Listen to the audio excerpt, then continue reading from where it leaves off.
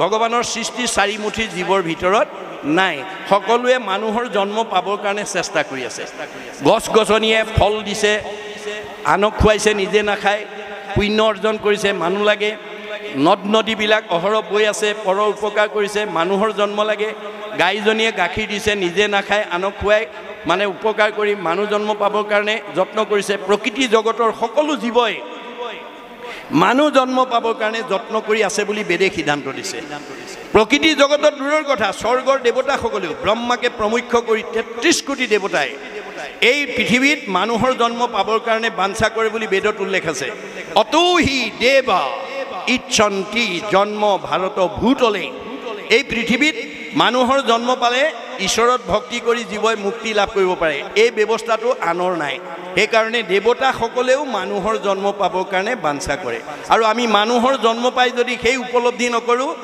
আমাক আকৌ কলৈ লৈ যাব গছ গছনিবিলাক ওপৰলৈ আহি আছে এইটো খালী জেগা হৈ আছে মনুষ্যৰ জন্ম পাই হৰি নভ জীৱা অৱশ্যে হৈবা ভাই তিনতো ৰখিলে আকৌ আমাক নি পেলাই আগৰ জেগালৈ লৈ গৈছে এই চকৰিটোকে ঘূৰাই আছে দেই চক্ৰবত পৰিৱৰ্তনতে দুখানিছ সুখানিছ সুখ দুখৰ চকৰিটো কৰ্মৰ ওপৰত ভিত্তি কৰি ঘূৰাই আছে গতিকে আপুনি জীয়াই থাকোঁতে সুখীও হ'ব পাৰে দুখীও হ'ব পাৰে কিন্তু সুখ আৰু দুখটো বিচাৰিব নালাগে কৰ্মই আনিব আপুনি আনক হিংসা কৰি আনক দুখ দিব আপোনাৰ ঘৰলৈ দুখ নিজে আহিব আপুনি আনক উপকাৰ কৰিব আপোনাৰ ঘৰলৈ সুখ আহিব বছ ইমানেই কথা আৰু বেছি জানিব নালাগে দেই ভাগৱতৰ মাত্ৰ দুটা ভগৱানে মাত্ৰ দুটা সৃষ্টি কৰিছে আন্ধাৰ পোহৰ দিন ৰাতি সুখ দুখ ভাল বেয়া ভক্তি মায়া তপটো বটুম দুটাৰ ওপৰত জীৱবিলাকক লৈ খেলা কৰি আছে এতিয়া আমি ভাগৱত শুনি সেই ৰহস্যটো ভেদ কৰিব লাগিব কাৰণ ব্যাসক একদম বিদগ্ধ পণ্ডিত কৰি পঠাইছিলে ভগৱন্তই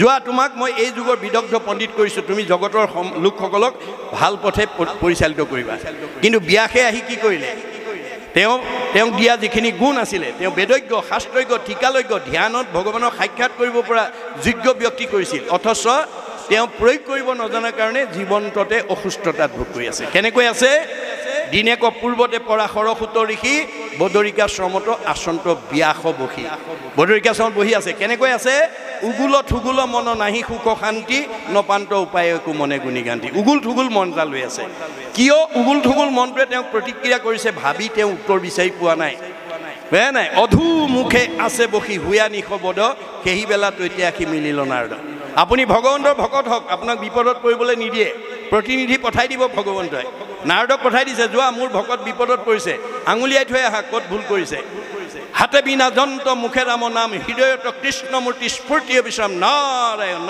আহি গ'ল নাৰদ আহি গ'ল নাৰদক দেখাৰ লগে লগে সচকিত হৈ গ'ল আহা আহা দেৱঋষি পাদ্য অৰ্ঘ আচমনি লৈ আসনত বহুৱাই উদ্দেশ্য ব্যাখ্যা সুধিছে পাদ্য অৰ্ঘ দুটা শব্দ প্ৰয়োগ কৰিছে মনত ৰাখিব পাদ্য মানে ভৰি ধোৱা পানী অৰ্ঘ মানে মুখ ধোৱা পানী আমি ভকতক ভৰি ধোৱা পানীয়ে মুখ ধুবলৈ দিব নালাগে বেদৰ মতে মুখ ধোৱা পানীৰ পাত্ৰ এটা বেলেগ কৰি ৰাখিব লাগে আমাৰ বহুতে সলনি কৰিছে পৰিৱৰ্তন কৰিছে নজনাবিলাকে আগৰ দৰে চলি আছে আমাৰ এইটো বেদৰ যিহেতু আমি ভাগৱত শুনিছোঁ আমি পৰিৱৰ্তন আনিব লাগিব সমাজলৈ বেয়াবিলাক এৰি ভাল ল'ব লাগিব তাৰপিছত উদ্দেশ্য ব্যাখ্যা কওঁতে ক'লে মই উদ্দেশ্য ব্যাখ্যা কোৱাৰ আগতে তুমি মোক কোৱা তোমাক ভগৱন্তই এই যুগৰ বিদগ্ধ পণ্ডিত বেদজ্ঞ শাস্ত্ৰজ্ঞ টিকালজ্ঞ কৰি জন্ম দিছিল তুমি কিয় এনেকৈ মন মাৰি আছা সেই বিষয়ে মোক কোৱা তেতিয়া ব্যাসে কি বুলি ক'লে হে দেৱঋষি মই নিজেই নাজানো মোৰ ক'ত ভুল লাগি গ'ল তুমি অৱতাৰী পুৰুষ হিচাপে মোক আঙুলিয়াই দিয়া এই বাক্যটোত আমাক কি শিকাইছে যে বেদব্যাসে আমাক দাস্যত্ব ভাৱ ল'বলৈ শিকাইছে তেওঁ ২৪ অৱতাৰৰ অন্যতম অৱতাৰ ব্যাসো কিন্তু প্ৰাধান্য কাক দিছে নাৰদক দিছে আপোনালোকে সমাজত নিজক প্ৰতিষ্ঠা কৰিবলৈ হ'লে আমাৰ প্ৰত্যেকৰ দাস্যত ভাৱ লাগিব দেই অহংকাৰী মানুহক কোনেও ভাল নাপায় আমাৰ দাৰ্শনিক পণ্ডিতে কৈছে to become great one we must be humble আপুনি যদি সমাজত নিজক প্ৰতিষ্ঠা কৰিব বিচাৰে আপুনি নম্ৰ স্বভাৱৰ হ'ব লাগিব অহংকাৰী হ'লে নহ'ব অহংকাৰী মানুহক কোনো সমাজে ভাল নাপায় সমাজে ভাল নোপোৱাজন ঈশ্বৰেও ভাল নাপায় ঈশ্বৰ প্ৰিয় হ'ব নোৱাৰে এই তথ্য আমাক দিছে আৰু তেতিয়া তেওঁ ক'লে যে তুমি সে কৰিলা সবে জগতকে নাশ তোমাক ভগৱন্তই বিদগ্ধ পণ্ডিত কৰি পঠিয়াইছে এইখন গাঁৱলৈ কাৰোবাক ধনী মানুহ পঠিয়াইছে কাৰোবাক বিদ্যাৱন্ত কৰি পঠিয়াইছে কাৰোবাক সম্পদশালী কৰি পঠিয়াইছে ভগৱানে কি বিচাৰিছে যে তোমাক যে মই এই বনাই গনাই পখলিয়াল গাঁৱত যে তোমাক মই এজন বিশেষ মানুহ কৰি পঠিয়াইছোঁ, তোমাৰ এই গুণটোৰে দ্বাৰা তুমি সমাজখন ভাল কৰিবা, সমাজখনৰ মাজত খামখিয়ালি নাৰাখিবা, সমাজখন যাতে শৃংখলাবদ্ধভাৱে একতাৰ দোলেৰে বান্ধ খাই থাকিব পাৰে, সেইটোৱেই ধৰ্ম। ধৰ্ম অন্য নহয়, আমি বাস কৰি থকা গাঁওখনক ইজনে সিজনক ভাল পোৱাটোৱেই ধৰ্ম। Religion binds man to man and man to God. আমি ইজনে সিজনক ভাল পালেহে ভগৱানক ভাল পাব পাৰিম। ইজনে যদি সিজনক ভাল নাপায় ভগৱানক ভাল পোৱাৰ অধিকাৰ নাই। সেইকাৰণে ভগৱানে কৈছে মোক ভাল পোৱাৰ আগতে নিজৰ পৰিয়ালটো ভাল পাবলৈ শিকিবা, মোক ভাল পোৱাৰ আগতে তোমাৰ ওচৰ চুবুৰীয়াক ভাল পাবলৈ শিকিবা, মোক ভাল পোৱাৰ আগতে তোমাৰ ঘৰলৈ অহা আলহী অতিথি ভকত বৈষ্ণৱ বন্ধু বান্ধৱক ভাল পাবলৈ শিকিবা, মোক ভাল পোৱাৰ আগতে দেখাজনক ভাল পাবলৈ শিকিবা। দেখাজনকে যি ভাল নাপায় নেদেখাজনক ভাল পোৱাৰ তাৰ অধিকাৰ নাই। মনত ৰাখিব কথাটো। আমি ইজনে যদি সিজনক ভাল নাপাওঁ আমি ভগৱানক ভাল পোৱাৰ অধিকাৰ নাই, কাৰণ ভগৱান চবতে আত্মাৰূপে বিৰাজমান কৰি আছে। এই উপলব্ধিটো আমি উঠি অহা প্ৰজন্মৰ মনত জগাই তুলিব লাগিব।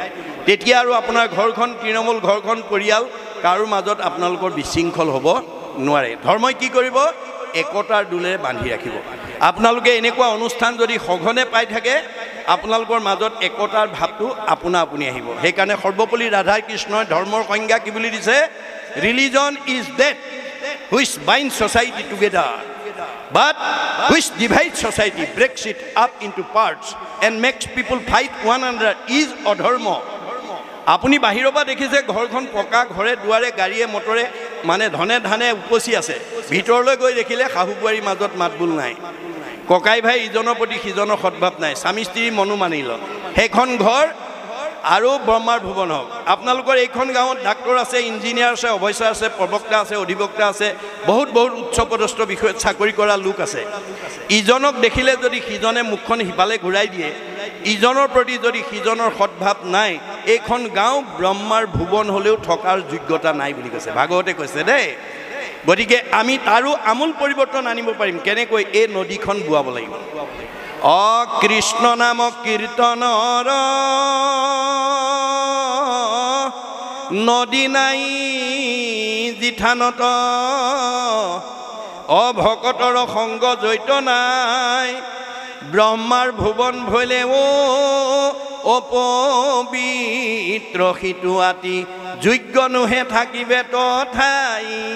ধনে ধনে টকা পইচা আছে কিন্তু মিলা প্ৰীতি নাই, সেইখন ঘৰ কেতিয়াও বসবাসৰ যোগ্য নহয়, সেইখন সমাজ কেতিয়াও বসবাসৰ যোগ্য নহয়। গতিকে ভাগৱতৰ নীতি আদৰ্শৰে আমি যাতে সমাজখন আগুৱাই নিব পাৰোঁ তাৰ প্ৰতি গুৰুত্ব দিব দেই।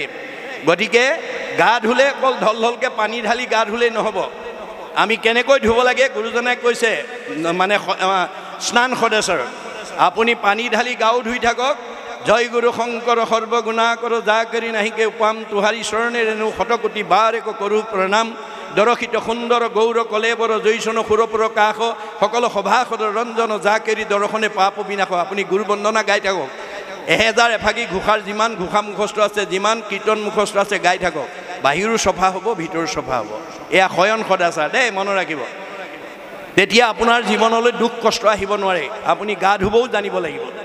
এনেই গৰম উঠিল বুলি পানী ঢালি গা ধুই আহিলে নহ'ব, আপুনি ভিতৰখনো ধুই আহিব লাগিব। আৰু সকলো পবিত্ৰতাৰ ভিতৰত বেদে কি কৈছে? সৰ্বেশাম এব শৌচানাম অৰ্থ শৌচম পৰম স্মৃতম। সকলো পবিত্ৰতাৰ ভিতৰত অৰ্থৰ পবিত্ৰতাটো সৰ্বশ্ৰেষ্ঠ।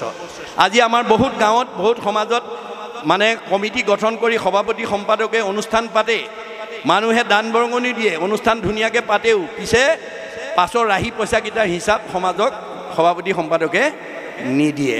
তেতিয়া সেই সভাপতি সম্পাদকে আৰু দ্বিতীয়বাৰ তেনেকুৱা অনুষ্ঠান তেওঁ আগবঢ়াই নিব নোৱাৰিব। মনত ৰাখিব কথাটো যে অন্ন সদাচাৰ, আমাৰ অন্নৰ পৰা আমাৰ শৰীৰত ব্ৰহ্ম সৃষ্টি হয়, যিটোৱে আমাক জীৱন্ত কৰি ৰাখে, যাৰ পৰা আমাৰ সতি সন্তান হয়। গতিকে অন্ন সদাচাৰৰ ক্ষেত্ৰত আমাৰ আটাইতকৈ গুৰুত্বপূৰ্ণ দায়িত্ব কোনে ল'ব লাগিব? আইসকলে ল'ব লাগিব। মনত ৰাখিব, আইসকলক বিয়া পতাৰ দিনাই স্বামীয়ে সমাজক সাক্ষী কৰি, ভাগৱতৰ সাক্ষী কৰি 7টা প্ৰতিজ্ঞাবদ্ধ কৰাইছিল, যাতে মোৰ ভৱিষ্যত দাম্পত্য জীৱন, যুগ্ম জীৱন, সাংসাৰিক জীৱন, সামাজিক জীৱন যাতে মই সুস্থভাৱে আগুৱাই যাব পাৰোঁ। তাৰ কাৰণে প্ৰথম প্ৰতিজ্ঞাটো কিহৰ ওপৰত কৰাইছিল? অন্নৰ ওপৰত। কি বুলি কৈছিল? অন্ন লাভৰ কাৰণে তুমি প্ৰথম খোজ আগবঢ়োৱা। এতিয়া আইগৰাকীয়ে কি কৈছিল আজিৰ পৰা ধন ধান অন্ন ব্যঞ্জন আদি মোৰ অধীন হ'ব সেই অৰ্থে মই প্ৰথম খোজ আগবঢ়াইছোঁ বুলি সোঁ ভৰিটো উত্তৰ দিশলৈ আগবঢ়াইছিল এইটোৱে কি বুজাইছে যে আমাৰ বিবাহিত আইগৰাকীয়ে স্বাভাৱিকতে স্বামীকে প্ৰমুখ্য কৰি ঘৰৰ পৰিয়াল আলহী অতিথিক অন্ন আদি খাদ্য বস্তু প্ৰস্তুত কৰি খুৱায় আইগৰাকীয়ে খুওৱা অন্নৰ পৰা আমাৰ প্ৰত্যেকৰ শৰীৰত 7 ধাতু সৃষ্টি হয় অন্ন খালে ৰসৰ পৰা তেজ তেজৰ পৰা মাংস মাংসৰ পৰা মেদৰ পৰা হাড়ৰ পৰা মজ্জাৰ পৰা শুক্ৰৰ পৰা সতি সন্তান জন্ম গতিকে 7 ধাতু সৃষ্টি হয় গতিকে অন্ন শুদ্ধ হ'লে ব্ৰহ্ম শুদ্ধ হ'ব ব্ৰহ্ম শুদ্ধ হ'লে আমাৰ সতি সন্তান শুদ্ধ হ'ব এতিয়া আমাৰ কেনেকৈ অন্ন ৰান্ধিলে শুদ্ধ হ'ব আমাৰ গীতা ভাগৱত কৈছে সবে কৃষ্ণতপৰ জানিবা নিশ্চয় অৰ্পণা নভলে কিছু ফল নধৰে আইগৰাকীয়ে ৰান্ধিবলৈ নিয়া চাউল মুঠি কৃষ্ণত এমুঠি অৰ্পণ কৰি নোলোৱাকৈ ৰান্ধিব নালাগে জলপুষ্প ফলমূলক খাদ্যদ্ৰব্য যত অন্ন আদি কৰি সবে অৰ্পিব কৃষ্ণত আপুনি যিটো বস্তু খাবলৈ দিয়ে তাক ঈশ্বৰত অৰ্পণ কৰি নোলোৱাকৈ দিব নালাগে তেবে গৃহস্থৰ হিংসা দুখে নোচোৱায় কৃষ্ণ অৰ্থে কৰি কোনো মুকুতিক পায় এই নিয়ম মানি দিছে দেই যি আইগৰাকীয়ে যদি ঈশ্বৰত অৰ্পণ কৰি অন্ন তৈয়াৰ কৰি খাবলৈ দিব পাৰে তেতিয়া সেইখন ঘৰত 5টা অবাঞ্ছিত পাপে প্ৰতিক্ৰিয়া কৰিব নোৱাৰে আমাৰ প্ৰত্যেক সংঘ অনাসংঘ বামুণীয়া কীৰ্তনীয়া সত্ৰ সমাজ বুলি নহয় আমাৰ গৃহস্থী মাত্ৰেই 5টা পাপ আমাৰ ঘৰত প্ৰত্যেকৰ ঘৰত অবাঞ্ছিতে সাধন হয় কি হয় কন্দনী পেখনি চুলি কলসী মাৰ্জনী গৃহস্থৰ পঞ্চ হিংসা সিজে ৰাতি দিনে আমাৰ ৰাতিপুৱা শুই উঠাৰ পৰা গধূলা খোৱালৈকে কৰ্মবিলাক কৰোঁতে এই 5টা পাপে আমাক লগ পায় কন্দনী মানে ঢেঁকী বা মিক্সাৰ জা জলপান প্ৰস্তুত কৰিলে ব্ৰহ্ম হত্যা হয় তাত এটা পাপ লাগে পেখনি মানে পতাত মছলা পিছা সৰিয়হ পিছা আদা পিছা জলকীয়া পিছা নহৰু পিছি অন্ন তৈয়াৰ কৰোঁতে তাত ব্ৰহ্ম হত্যা হয় তাতো পাপ লাগে চুলি মানে জুহালত বা গেছত বা ৰন্ধনশালাত অন্ন প্ৰস্তুত কৰিলে তাতো ব্ৰহ্ম হত্যা হয় তাতো পাপ লাগে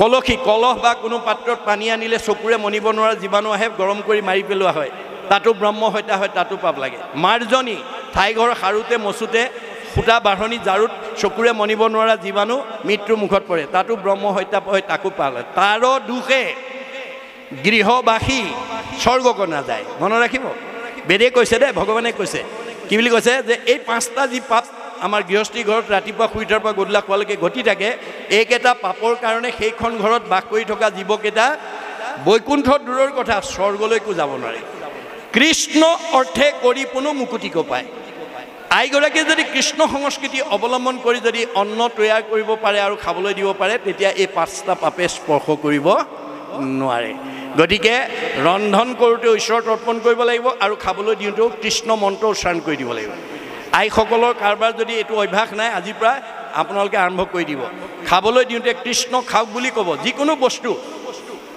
কৃষ্ণ মন্ত্ৰ উচ্চাৰণ নকৰাকৈ খাবলৈ নিদিব কাৰণ আপুনি তৈয়াৰ কৰা বস্তুটো প্ৰদূষণযুক্ত হৈ আছে তাক প্ৰদূষণ মুক্ত কৰিব লাগিব কেনেকৈ কৃষ্ণৰ নামৰ দ্বাৰা হৰি নাম হুতাখন পাপ সুখান বন খনেকতে দহি কৰে চন ভগৱন্তৰ নাম জুইৰ লগত তুলনা কৰিছে যে শুকান বনত জুই লাগিলে যেনেকৈ তৎক্ষণাৎ পুৰি নাশ হৈ যায় আইগৰাকী মুখৰ কৃষ্ণ শব্দটোৱে সেই সময়লৈকে হোৱা পঞ্চশুনা পাপ নাইকিয়া কৰি দিয়ে সেইকাৰণে আইসকলৰ ওপৰতে আমাৰ এখন ঘৰৰ উন্নতি নিৰ্ভৰ কৰিছে ঋকবেদত কৈছে ন গৃহম ইতি আহু গৃহিণী গৃহম উচ্চতে তই আহি সহিতা সৰ্বান পুৰুষায়াম সমষ্ণুতে যিখন ঘৰৰ আইসকলে পুৱা গধূলি নিৰ্দিষ্ট সময়ত ঘৰ দুৱাৰ সাৰি মুচি গুৰুগীপ পৰিষ্কাৰ কৰি ধূপ ধূনা জ্বলাই উপাসনা কৰিব তেওঁ নিজেতো উদ্ধাৰ হ'বই সেইখন ঘৰৰ সকলোৰে চতুৰ্বৰ্গ সাধন কৰিব আৰু যিসকলৰ আইসকলে পুৱা গধূলি ধূপ ধূনা জ্বলোৱা সময়ত গ্ৰাম্য কথা পাতিব পৰচৰ্চা কৰিব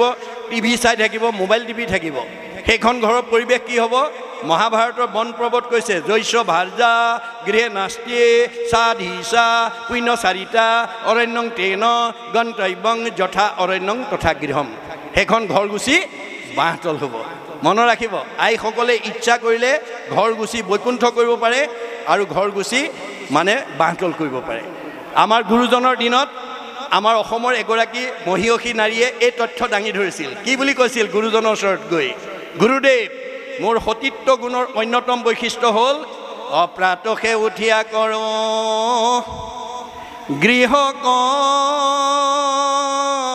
কৰ্মগণ অবাহিৰে ভিতৰে কৰোঁ গুময়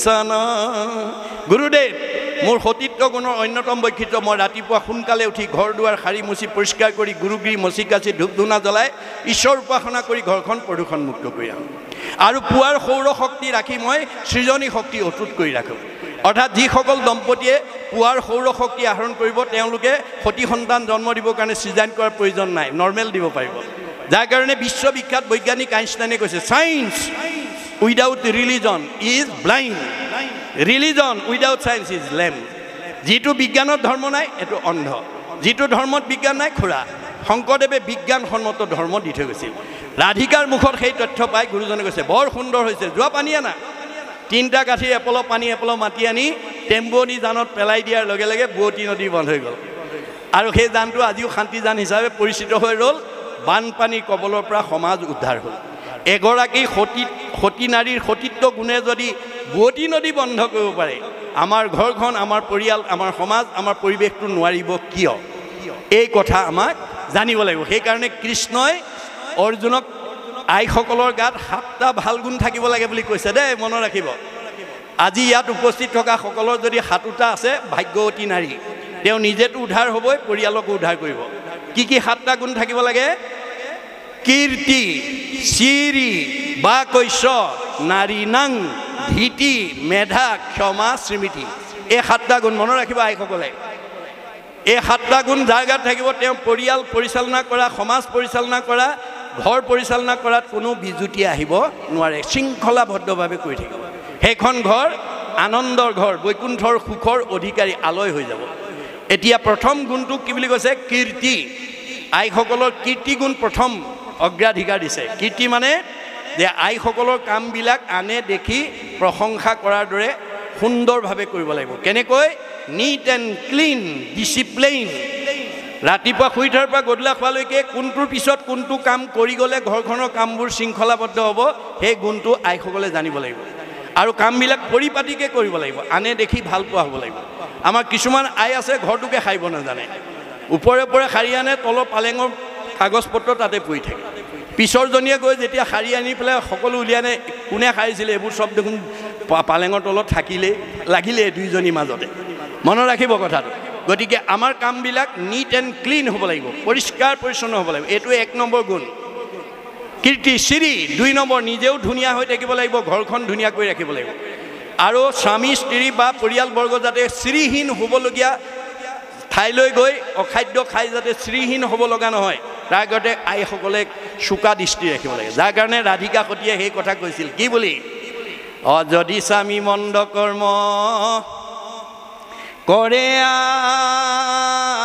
আচৰণ মিষ্ট বাক্য কৰি তাক কৰণী বাৰণ ৰাধিকা সতীৰ সতীত্ব গুণতে এখন ঘৰ সুন্দৰকৈ চলাৰ সকলো নিয়ম অন্তৰ্নিহিত হৈ আছে মনত ৰাখিব কথাটো যিগৰাকীয়ে গুৰুজনৰ দিনত অলৌকিকক লৌকিক কৰি অবাস্তৱক বাস্তৱ কৰি দেখুৱাই থৈ গৈছে তেওঁ কৈছিল যে মোৰ স্বামী যদি কেনেবাকৈ ভুল পথে যোৱা দেখোঁ মই ভাল উপদেশৰ তেওঁক ভাল পথলৈ অনাৰ ব্যৱস্থা কৰোঁ কেনেকুৱা ভুল পথলৈ গ'লে তুমি অগ্ৰাধিকাৰ দিয়া বোলে যদি কলি থকা ঠাইলৈ যায় কলি ক'ত থাকে মই অলপ আগতে আলোচনা কৰিছোঁ জৈত খেলে জোৱা পাশা কৰে মদ্যপান স্ত্ৰী পঞ্চ শুনা গৃহস্থৰো থাকে জৈত এই 4 স্থানত দিলোঁ বংশগয়া তৈত জোৱা পাশা খেলা ঠাই মদ ভাং খোৱা ঠাইত পৰস্ত্ৰী আসক্ত হিংসা ধৰ্ম এইবিলাকলৈ যদি মোৰ স্বামী যায় মই তেওঁক তাৰ পৰা ঘূৰাই অনাৰ কাৰণে বৰ সাৱলীলভাৱে বুজাই মই তেওঁক পৰিৱৰ্তন আনো তুমি এই কথাত কিয় অগ্ৰাধিকাৰ দিয়া বোলে বিবাহ সম্বন্ধে পুৰুষৰ অৰ্ধাংগিনী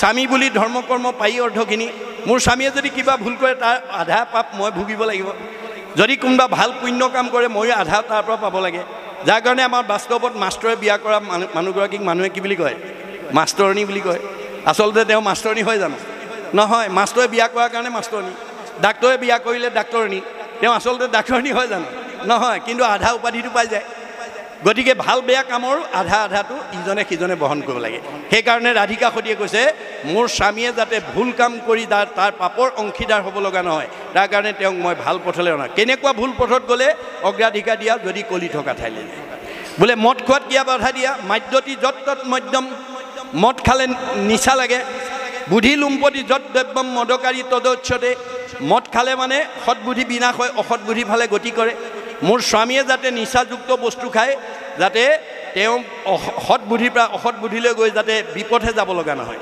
আপোনালোকে তাৰ প্ৰতি চকু ৰাখিব লাগিব।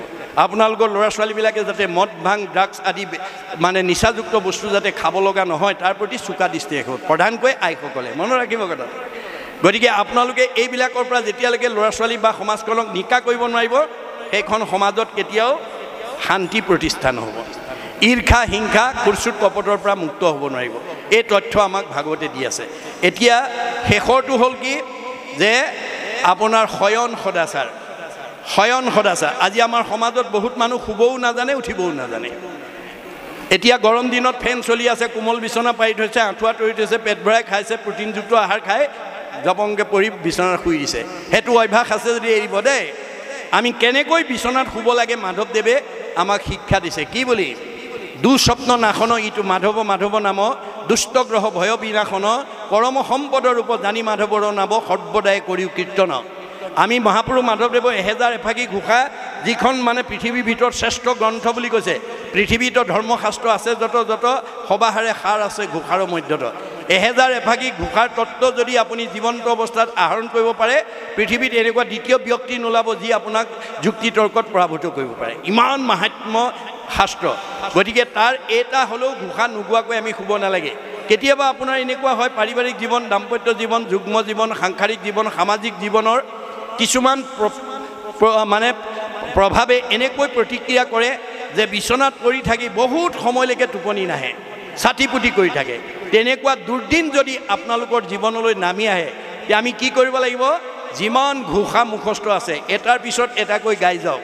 কীৰ্তন যিমান মুখস্থ আছে, বৰগীত যিমান মুখস্থ আছে, দিহানাম যিমান আছে, ঈশ্বৰৰ নাম এটাৰ পিছত এটাকৈ গাই যাওক। অতি কম সময়ৰ ভিতৰত চাউণ্ড স্লিপ, মধুৰ টোপনি আহি যাব। মনত ৰাখিব কথাটো, মধুৰ টোপনি আহিব। আমাৰ এতিয়া বহুতে উঠিবও নাজানে, সাৰ পালেই চকু মোহাৰি কামৰ ধান্দাত জপংকে নামি আহে। সেইটো অভ্যাস আছে যদি এৰিব দেই। আমি কেনেকৈ উঠি আহিব লাগে ভাগৱতত নিয়ম মানি দিছে। ভগৱন্ত আমাৰ প্ৰত্যেকৰ দেহত 3টা গুণবিশিষ্ট মানে গুণত আমাৰ অৱস্থান কৰি আছে। কেনেকৈ আছে? ব্ৰহ্ম পৰমাত্মা ভগৱন্ত একে তত্ত্ব, একৰ একে 3 নাম লক্ষণ ভেদত 3টা গুণনাম লৈ আছে। ব্ৰহ্মৰূপে আমাক চৈতন্য কৰি ৰাখিছে। আপুনি দুৰ্ঘূৰ টোপনি গ'লেও আপুনি জীয়াই থাকে। এজন টোপনি যোৱা মানুহে ক'ব পাৰে নেকি মই জীয়াই আছোঁ নে মৰিলোঁ? নোৱাৰে। তৎসত্ত্বেও আপোনাক জীয়াই ৰাখে কোনে? ব্ৰহ্মশক্তিয়ে। সাৰ পোৱাৰ লগে লগে চকুৰে দেখে, কাণেৰে শুনে, মুখেৰে খাই, হাতেৰে কৰে, ভৰিৰে যায়, আপোনাৰ ইন্দ্ৰিয়বিলাকক সচেতন কৰি দিয়ে কোনে? পৰমাত্মাই। আৰু সৃষ্টি স্থিতি প্ৰলয়ৰ গৰাকী ভগৱন্তই যথাকৰ্ম তথা ফল দিবৰ কাৰণে অৱস্থান কৰি আছে। সেইকাৰণে অৰ্জুনক কৈছে, সখা তোমাক কামৰহে অধিকাৰ দিছোঁ, কৰ্মাণী অধিকাৰ অস্তি মা ফল কদাচন। তোমাক কামৰ অধিকাৰ দিছোঁ, মোৰ পৰা ফল নিবিচাৰিবা। অৰ্জুনেতো প্ৰতিবাদ কৰিছে, যদি ফলেই বিচাৰিব নালাগে তোমাক আৰাধনা কৰাৰ মোৰ প্ৰয়োজনে বা কি? কৃষ্ণে বোলে শুনাত আৰু হেতু মহাবল, নোখোজিলে ঈশ্বৰে আপুনি দেন্ত বল। হে অৰ্জুন, তুমি মোৰ পৰা ফল বিচাৰিব নালাগে, মই নোখোজাকে দিম। নোখোজাকে দিয়া বোলে? প্ৰমাণ যেন আতি শিশু চোৱা ভক্ষ নোখোজয়, তথাপিতো স্নেহে থাকি মাতৃস্তন দে। এটা কেঁচুৱাই গাখীৰ নিবিচাৰিলে বুলি মাকে বিচনাত পেলাই থৈ দিনটো কামতে আসক্ত হৈ নাথাকে। কৰ্মৰ মাজৰ পৰাই পুত্ৰ স্নেহত আপ্লুত হৈ এগৰাকী মাতৃয়ে যেনেকৈ নিজৰ সন্তানক স্তনদান দিয়ে, ময়ো ভকতৰ যথা কৰ্ম তথা ফল দিমেই। মাত্ৰ তুমি কৰ্ম নিৰ্বাচন কৰিবলৈ শিকিবা। বোলে কৰ্ম কি? বেদে যাক বিহি আছে তাকে বোলে কৰ্ম। বেদবিহিত কৰ্ম কৰিবা। বেদে কি বিহিছে? বোলে ঈশ্বৰৰ অৰ্থে যিটো কৰে তাকে বোলে কৰ্ম। আজি সেৱকীয়ে এইটো ঈশ্বৰৰ অৰ্থে কৰিছে। তেখেতৰ ল'ৰাৰ জন্মদিনত ইমান মানুহক মাতি আনি ভাগৱত শুনাই দিলে। আজি আপোনালোকে যিসকল ইয়ালৈকে আহিলে অক্ষয় পুণ্য হৈ গ'ল। যিকণ সময় আপোনালোকে ভাগৱত শ্ৰৱণত দিলে, যিমানে কৃষ্ণক দিয়ে সেইকে অক্ষয়, ইহাক নিবাক একো জনে নপাৰে। আমাৰ সকলোকে অক্ষয় পুণ্য সঞ্চয় কৰাৰ কাৰণে গৃহস্থী পৰিয়ালটোৱে আজি আমাক সহায় কৰিলে। তাৰ কাৰণে তেওঁলোকৰ কি হ'ব? পৰোপকাৰায় পুণ্যম, তেওঁলোকৰ পুণ্য আহৰণ হ'ব। এই তথ্য, এই আদৰ্শৰে আমি যাতে আমাৰ পাৰিবাৰিক জীৱন, দাম্পত্য জীৱন, যুগ্ম জীৱন, সামাজিক জীৱনৰ কৰ্মবিলাকত যাতে আগবাঢ়ি যাব পাৰোঁ, এই তথ্য দিছে। এতিয়া এইখিনিলৈকে ভগৱন্ত কপিলে মাকক কোৱাৰ চলে আমাক কি ক'ব বিচাৰিছে? ভগৱন্ত নিগদতি শুনামাও দেৱহূতি, এহি ধ্যানে যিটো মুক্ত ভৈলা। আমাৰ বৈদিক নিয়ম মতে 8 প্ৰকাৰ অষ্টাংগ যোগৰ দ্বাৰা ভগৱন্তক চিন্তা কৰিলে জীৱই গতি পায়। যম, নিয়ম, আসন, প্ৰাণায়াম, প্ৰত্যাহাৰ, ধ্যান, ধাৰণা, সমাধি। কিন্তু আমাৰ গুৰুজনৰ দিনত এতিয়া সেইখিনি আমাৰ প্ৰয়োজন নাই। আমি সেইখিনি বৈদিক যুগৰ নিয়মেৰে আমি ঈশ্বৰক ভজিব নালাগে। আমাৰ 9বিধ ভক্তিৰ ভিতৰত যিকোনো এবিধ আচৰণ কৰিলে আমাৰ জীৱই পৰম গতি পাব পাৰে। যদ্যপি ভকতি নৱ বিধ মাধৱৰ শ্ৰৱণ কীৰ্তন আতি মহাশ্ৰেষ্ঠতৰ। শ্ৰৱণ কীৰ্তন যিটো আজি আমি কৰিছোঁ এইটো সৰ্বশ্ৰেষ্ঠ বুলি কৈছে। গতিকে এই ধৰণে যেতিয়া ভগৱানক তুমি ধ্যান কৰিবা, দেহাকো নেদেখা আৰু কিবা আছে কিবা নাই, কিবা আসনতে বহি ৰৈলা। আপোনালোকে এতিয়া ইমান সময় বহি আছে, কঠখনতে বহি আছে, ঘৰত বাৰু ইমান সময় অকলে বহি থাকিব পাৰিলেহেঁতেন নে? নোৱাৰে। আজি কোনে বহাইছে আপোনালোক? কিয় বহিছে? এই কথা উপলব্ধি কৰিব লাগিব। আমাৰ বেদত কৈছে স্ব পৰম অনুৰক্তি, ঈশ্বৰেই ভক্তি। আজি আপোনালোক যিসকলে বহি আছে এটা আগ্ৰহ লৈ বহি আছে, ঈশ্বৰৰ কথা শুনিবৰ কাৰণে, জানিবৰ কাৰণে, বুজিবৰ কাৰণে এটা আগ্ৰহ লৈ বহি আছে। কাৰণে আপোনালোকে ইমান সময় বহি থাকিব পাৰিছে। এইটোৱে হৈছে ভক্তিৰ প্ৰতীক। ই আমাক 6টা প্ৰমোচন দিব, মনত ৰাখিব দেই। আগ্ৰহ, ৰতি, প্ৰীতি, ভক্তি, শান্তি, 6 নম্বৰত মুক্তি। আমি মানুহৰ জীৱন পাই এই আদৰ্শলৈকে আমি নিজেও আহিব লাগিব, ল'ৰা ছোৱালীকো আনিব লাগিব, সমাজখনকো আনিব লাগিব। আপোনালোকে নাহিব পাৰে, পূৰ্বজন্মৰ পুণ্যৰ ফলত এই জন্মত পকা ঘৰ তল টাইলছ দিয়া ঘৰত দামী পোছাক পিন্ধি দামী আহাৰ খাই গাড়ী মটৰত ঘূৰিব পাৰিব। কিন্তু এই জন্মত যদি ঈশ্বৰত ভক্তি নকৰে আপোনাৰ জীৱ অহা যোৱা কৰি থাকিব লাগিব। কাৰণ পুনৰপি জনমম পুনৰপি মৰণম হৈ থাকিব লাগিব। ভাগৱত নুশুনা জীৱ, ঈশ্বৰৰ কথা নুশুনা জীৱ মুক্তি পাব নোৱাৰে। এই কথা অকল ধৰ্মগ্ৰন্থতে নহয়, বিজ্ঞানে স্বীকাৰ কৰিছে। বিজ্ঞানে আমাৰ এই পৃথিৱীৰ উপৰিমণ্ডলত থকা বায়ুমণ্ডলক ঘনত্বৰ ওপৰত 3টা স্তৰত ভাগ কৰি দেখুৱাইছে। টপস্ফিয়াৰ, টেট্ৰস্ফিয়াৰ, আইনস্ফিয়াৰ। আইনস্ফিয়াৰৰ আটাইতকৈ ওপৰৰ স্তৰ বৈতৰণী নদী বুলি কোৱা হৈছে। গতিকে ভাগৱত শুনা জীৱ ইমান নিৰ্মল হৈ যাব, প্ৰয়াণৰ পিছত ৰকেটৰ দৰে 3টা লেয়াৰ ভেদ কৰি 14 ব্ৰহ্মাণ্ডৰ বাহিৰত মানে শুদ্ধ জীৱ ভকতৰ কাৰণে নিৰ্মাণ কৰা বৈকুণ্ঠত অৱস্থান কৰিব। আৰু ঘূৰি আহিব নালাগে দেই, মনত ৰাখিব। আমি ভাগৱত শুনিবলৈ কিয় আহিব লাগে? জন্ম ৰহিত হ'বৰ কাৰণে। ভাগৱত নুশুনা জীৱ যিমান ধনৱন্ত, বিদ্যাৱন্ত, শ্ৰীমন্ত নহওক কিম্বা এই 3টা লেয়াৰৰ ভিতৰত অহা যোৱা কৰি থাকিব লাগিব। পুনৰপি জনমম পুনৰপি মৰণম, পুনৰপি জনমম পুনৰপি মৰণম। আপুনি যিমান দামী কাপোৰ নিপিন্ধক মলি পৰিবই। মলি গুচাবৰ কাৰণে চাবোন চাৰ্ফ ব্যৱহাৰ কৰিবই লাগিব। আপুনি দামী কাপোৰ পিন্ধিছোঁ বুলি যদি চাবোন চাৰ্ফ ব্যৱহাৰ নকৰে, দামী কাপোৰখনৰ পৰা মলি নিজে আঁতৰ নহয়। এইটো যেনেকৈ বাস্তৱ সত্য। আপুনি গাঁওখনৰ বা সমাজখনৰ বা পৰিৱেশৰ যিমানেই ধনৱন্ত, বিদ্যাৱন্ত, শ্ৰীমন্ত নহওক কিম্বা আপোনাক কলিমল মায়ামলে আক্ৰান্ত কৰিবই। গতিকে কলিমল মায়ামলৰ পৰা মুক্ত হ'বলৈ হ'লে ভাগৱত শুনিবই লাগিব, নহ'লে অহা যোৱা কৰি থাকিব লাগিব দেই, মনত ৰাখিব। পুনৰপি জনমম পুনৰপি মৰণম হৈ থাকিব লাগিব। সেই জীৱই কেতিয়াও গতি নাপায়। গতিকে জীৱৰ সংস্কাৰ আৰু গতি আছে। সংস্কাৰ কিহে ক'ব? ভক্তিয়ে। ভক্তিয়েহে কৰ্মবন্ধ নাশ কৰিব। আমাৰ উদ্ধৱক কৈছে তুমি পুণ্য লৈ গ'লেও আহিব লাগিব, পাপ লৈ গ'লেও আহিব লাগিব। পুণ্য লৈ গ'লে এতিয়াতকৈ ওপৰত জন্মগ্ৰহণ কৰি সুখ ভোগৰ কাৰণে আহিব লাগিব, আৰু পাপ লৈ গ'লে এতিয়াতকৈ নিজ যোনিত নিজ ঠাইত জন্মগ্ৰহণ কৰি দুখ কৰিবৰ কাৰণে, ভুগিবৰ কাৰণে আহিব লাগিব। অসীম কৰ্মবন্ধৰ ভিতৰত পাপ পুণ্য মুখ্যতম কৰ্মবন্ধ। এই দুটা যাওঁতেও লগত লাগি যায়, আহোঁতেও লগত লাগি আহে। সেইকাৰণে মনুষ্যৰূপী বৃক্ষজোপাত 4টা ফল লাগে বুলি কৈছে। 2টা ওপৰ ফালে, 2টা তল ফালে। আপুনি যিমান পকা ঘৰ বনালে, গাড়ী মটৰ কিনিলে, সম্পত্তি কিনিলে, যাবৰ সময়ত চব এৰি থৈ যাব লাগিব। পুত্ৰ ভাৰ্যা ঐশ্বৰ্য থাকিব ঐতে পৰি, পাপ পুণ্য দুই যাব লগত সতৰি। পাপ আৰু পুণ্য নামৰ কৰ্মবন্ধ দুটা আমাৰ লগত লাগি যাব। আৰু যম ৰজাই আপোনাৰ প্ৰতিবেদন চাই, যদি জমাৰ পৰিমাণ বেছি হয় আপগ্ৰেড, ওপৰলৈ যাব। যদি খৰচ পাপ বেছি হয় ডিগ্ৰেড, এই চকৰিত ঘূৰাই থাকিব। মনত ৰাখিব কথাটো। আপোনাৰ পাপ পুণ্যৰ হিচাপটো কোনে ল'ব? 14জন সাক্ষী, 2জন কেৰেণী। আমাৰ প্ৰত্যেকৰ লগতে ভগৱন্তই 14জন দেৱতাক সাক্ষী ৰূপে ৰাখিছে, আৰু 2জন কেৰেণী ৰাখিছে। ৰাতিপুৱা শুই উঠাৰ পৰা গধূলা খোৱালৈকে কি কি কাম, ভাল কাম কৰিছে, কি কি বেয়া কাম কৰিছে, চব লিখি থাকিব। 14 ভুৱনে লোক আছে যত মানে, সবাহাৰে ন্যায় নীতি দেখে বিদ্যমানে। চিত্ৰগুপ্ত নামে 2 লিখক নিৰ্ভয়, সবাহাৰে পাপ পুণ্য তেৰে জকৰয়।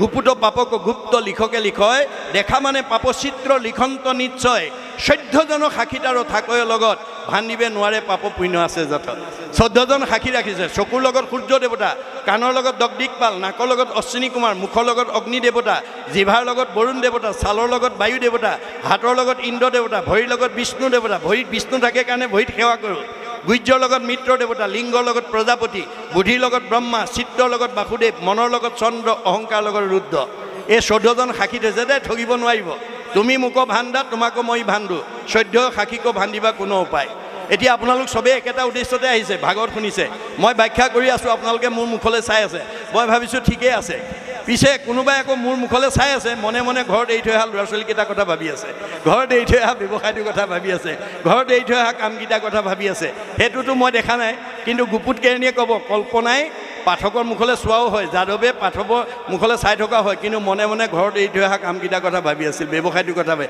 লগে লগে নম্বৰ কাটি দিব দেই লগে লগে নম্বৰ কাটিব পুণ্য 100% আপোনালোকৰ সবৰে নহবও পাৰে আৰু বাস্তৱত যদি চাওঁ স্কুল একেখনে দশম মানৰ ছাত্ৰ ছাত্ৰীয়ে পঢ়ুৱা মাষ্টৰ একেকিজনে প্ৰশ্ন কাকত একেখনে কিন্তু ফলাফল বেলেগ কোনোবাই একেখন স্কুলৰ ছাত্ৰই পৰীক্ষা দি মানে হেৰি পায় এটো কি কয় ষ্টেণ্ড কৰে কোনোবাই ডিষ্টিংশ্যন কোনোবাই ষ্টাৰ পায় কোনোবাই লেটাৰ কোনোবাই ফাৰ্ষ্ট ডিভিজন কোনোবাই ছেকেণ্ড ডিভিজন কোনোবাই থাৰ্ড ডিভিজন কোনোবাই ফেল কৰে গণ্ডগোল ক'ত ৰহস্য ক'ত এই ৰহস্য ভেদ কৰিব লাগিব ভাগৱত শুনি ৰহস্য ভেদ কৰিব লাগিব ৰহস্যক জানে যিটো লোক সততে কীৰ্তন কৰে মুক ধৰি দৃঢ় ব্ৰত কৰি যত্ন বিপৰীত সীমা একেটাই এঘৰ শান্তিত আছে এঘৰ দুখত আছে গাঁও একেখনে কোনোবা ওপৰত আছে কোনোবা মধ্যত আছে কোনোবা তলত আছে ৰহস্য ক'ত এইটো ৰহস্য ভেদ কৰিবৰ কাৰণে ভাগৱত শুনিব লাগিব ভাগৱতত আমাৰ কৰ্মফলক 3টা ভাগত বিভক্ত কৰিছে প্ৰাৰব্ধ আৰব্ধ অনাৰব্ধ প্ৰাৰব্ধ বেছি পুণ্য লৈ যি এখন গাঁৱত বাস কৰিছে সি চবতকৈ ওপৰত থাকিব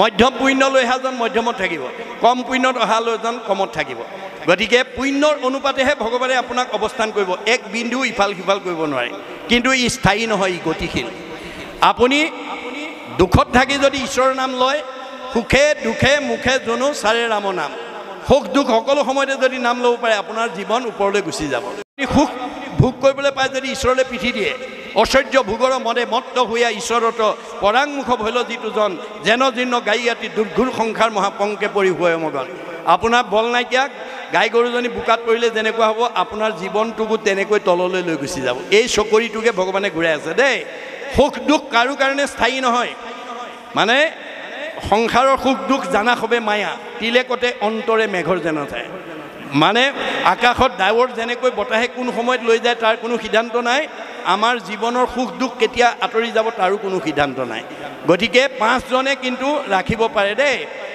আপোনালোকে ভাগৱত শুনি যদি 5 জনৰ ভিতৰত এজন হ'ব পাৰে সন্ত মহন্ত ভক্ত বৈষ্ণৱ সাধু গুণগতভাৱে নিজক যদি এজন কৰিব পাৰে মানুহেতো হিংসা কৰি নোৱাৰে স্বয়ং ভগৱানেও আপোনাক মানে পদচ্যুত কৰিব নোৱাৰে ভক্তিৰ ইমান মাহাত্ম্য যিটো কথা প্ৰহ্লাদে দেখুৱাই থৈ গৈছে প্ৰহ্লাদৰ পিতৃ হিৰণ্যকশিপুক বধ কৰাৰ পিছত নৃসিংহ খং মাৰ যোৱা নাই দেৱতাসকল ওচৰ চাপিবলৈ সাহস কৰা নাই প্ৰহ্লাদক ক'লে যোৱা তুমি তুতি কৰা তেওঁ গৈ হাতজোৰ কৰি ক'লে প্ৰভু মোৰ পিতাদেৱে তোমাৰ ওচৰত বহুত অপৰাধ কৰিলে মোৰ মুখলৈ চাই পিতাদেৱক গতি দিব লাগে তেতিয়া নৃসিংহই হাঁহি পেলাই কৈছে হেৰ প্ৰহ্লাদ তই হেন বৈষ্ণৱ পুত্ৰ ভলি যাৰ 21 পুৰুষ তই কৰিলি উদ্ধাৰ তোৰ দৰে বৈষ্ণৱ পুত্ৰৰ দেউতাৰ কথা বাদ দিয়া অতীতা পুৰুষ সপ্ত ভৱিষ্যৎ চতুৰ্দশ নৰ তাৰ সৰ্বান কলো কৃষ্ণইতি কীৰ্তনাত কৃষ্ণ সংস্কৃতি অৱলম্বন কৰা পুত্ৰই অতীতৰ 7 পুৰুষ ভৱিষ্যতৰ 14 পুৰুষ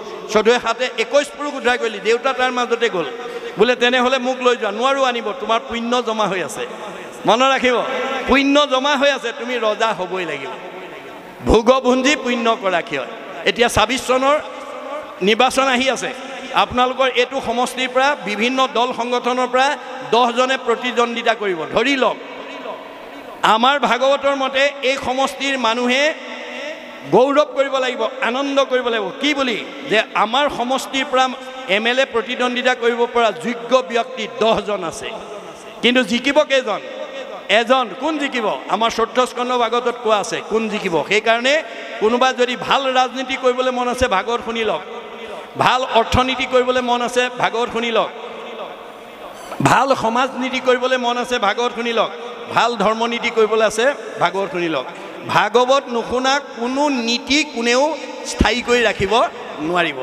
গতিকে ভাগৱতে সব নীতিৰ কথা কৈ আছে সব নিয়মৰ কথা কৈ আছে গতিকে এই আপোনালোকৰ 10 জনে যি আগন্তুক 26 চনৰ মানে প্ৰতিদ্বন্দ্বিতা কৰিব তাৰ ভিতৰত 10 জনৰ ভিতৰত এজন জিকিব কোন জিকিব যিজনে 26 চনত MLA প্ৰতিদ্বন্দ্বিতা কৰিম বুলি বহু আগৰ পৰা এই সমষ্টিটোৰ তৃণমূল এটা আত্মা পৰিয়াল সমাজ অনুষ্ঠান প্ৰতিষ্ঠান দল সংগঠন দহৰ উপকাৰ কামৰ কাৰণে যি অৱদান দি আছে যি অৱদান আগবঢ়াই আছে 10 জনৰ ভিতৰত যাৰ অৱদান বেছি হ'ব যাৰ পুণ্য নম্বৰ বেছি হ'ব বাই হুক অৰ বাই ক্ৰুক হেজনক ভগৱানে জিকাই দিব আমাৰ মতে এখেত জিকিব লাগিছিল কিন্তু ফলাফলত এখেত জিকিলে ভগৱানে কৈছে তুমি চৰ্ম চকুৰে চাই কৈছা মই 14 জন সাক্ষী 2 জন কেৰেণী তথ্য ভিত্তিত তেওঁক জিকাইছিল তুমি বাহিৰৰ পৰা সেই তথ্য নাপাবা এই কথা কৈ আছে মনত ৰাখিব কথাটো গতিকে ভাগৱতে সকলো নিয়মৰ কথা কৈ আছে এতিয়া কৈছে যে যেতিয়া আমাৰ ভক্তিয়ে যেতিয়া আমাক ক্ৰিয়া কৰিব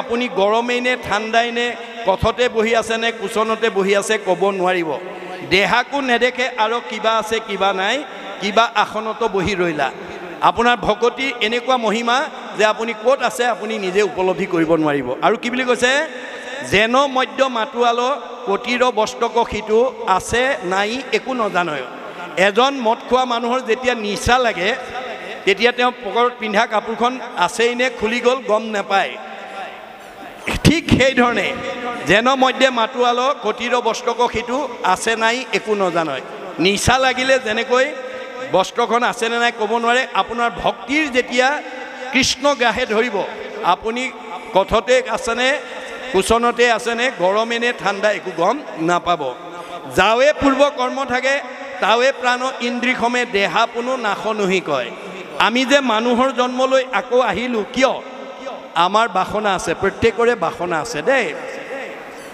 আমাৰ পূৰ্ব জন্মৰ প্ৰত্যেকৰ বেলেগ বেলেগ বাসনা থকাৰ কাৰণে আমি একেখন গাঁৱতে বেলেগ বেলেগ দুখ কষ্টত ভুগি থাকিব লগা হয় কৰ্মবন্ধৰ বাসনাই আমাক দুখ দিয়ে সেই বাসনাবিলাকৰ পৰা আমি মুক্ত কৰিবলৈ ভাগৱত শুনিব লাগিব ভাগৱত শুনিলে ভিদ্যতে হৃদয় গ্ৰন্থি সিদ্ধতে সৰ্বসংশয় আমাৰ পূৰ্বজন্ম কামনা বাসনাৰ কৰ্মবন্ধবিলাক গাঁঠি লাগি থাকে ভাগৱত শুনাৰ লগে লগে খুলি যায় আৰু সংশয়বিলাক দূৰ হৈ যায় সেইকাৰণে ভাগৱত শুনিব লাগিব ভাগৱত নুশুনা জীৱই কেতিয়াও কৰ্মবন্ধৰ পৰা মুক্ত হ'ব নোৱাৰে উদ্ধৱে ক'লে যদি পুণ্য লৈ গ'লেও আহিব লাগে পাপ লৈ গ'লেও আহিব লাগে তোমাৰ ওচৰলৈ কেনেকৈ যাম তেতিয়া কৃষ্ণই কৈছে মাধৱে বুলন্ত সখী শুনা সবে ভেদ মূৰ ভকতিহে কৰে কৰ্ম বন্ধ চেত আজিৰ দৰে ঈশ্বৰৰ কথা নুশুনিলে কৰ্মবন্ধৰ পৰা আপুনি মুক্ত হ'ব নোৱাৰে অহা যোৱাই কৰি থাকিব লাগিব গতিকে ভকতিয়ে +-0 কৰি দিব হয় নাই +-0 তেতিয়া আপুনি ৰকেটৰ দৰে গুচি যাব জেগালৈ ভকতিয়ে পাপ পুণ্য দুইটা নাইকিয়া কৰি দিয়ে এয়া হৈছে যেনেকৈ চাবোন চাৰ্পে কাপোৰৰ মলি আঁতৰাই দিয়ে ভকতিয়ে আমাৰ কৰ্মবন্ধৰ পৰা আমাক মুক্ত কৰি দিয়ে সেইকাৰণে আমি ভক্তিৰ আশ্ৰয় ল'ব লাগিব এতিয়া কৈছে যাৱে পূৰ্ব কৰ্ম থাকে তাৱে প্ৰাণ ইন্দ্ৰিয়সমে যেতিয়ালৈকে আপোনাৰ কৰ্ম বাসনা থাকিব তেতিয়ালৈকে আপুনি দেহ ধৰ্ম লৈয়ে থাকিব লাগিব বুজিছানে ইন্দ্ৰিয় প্ৰাণ এইবিলাক লৈ থাকিব লাগিব দেহা কোনো নাশনুহি কয় যেতিয়ালৈকে দেহটো বিনাশ হৈ নাযায় তেতিয়ালৈকে আপুনি আহিয়ে থাকিব লাগিব বাসনাই আনি থাকিব আপুনি নাহো বুলিলেও আহিবই লাগিব যিহেতু আপোনাৰ বাসনা মুক্ত হোৱা নাই পাছে কৰ্ম নাশব হ'লে ভৌতিক শৰীৰ পৰে যেতিয়া আজিৰ দৰে ভক্তি সাধনৰ জৰিয়তে আমি বাসনাবিলাক নাইকিয়া কৰি দিব পাৰিম তেতিয়া পঞ্চভৌতিক দেহ আৰু ধৰিব নালাগে আৰু মনত ৰাখিব দেই তেতিয়া আৰু পঞ্চভৌতিক দেহ ধৰিব নালাগে তেবে যোগী ব্ৰহ্মত মিলয় তেতিয়া আমাৰ জীৱ গৈ ব্ৰহ্মত মিলি যাব আপোনালোকে বিভিন্ন ঘৰৰ পৰা আজি অনুষ্ঠানলৈ আহিছে লক্ষ্য আৰু উদ্দেশ্য কি বাৰু যে আমাৰ আজি অনুষ্ঠানৰ সামৰণি হ'লে আমি নিৰ্দিষ্ট সময়ত আকৌ ঘৰলৈ ঘূৰি আহিম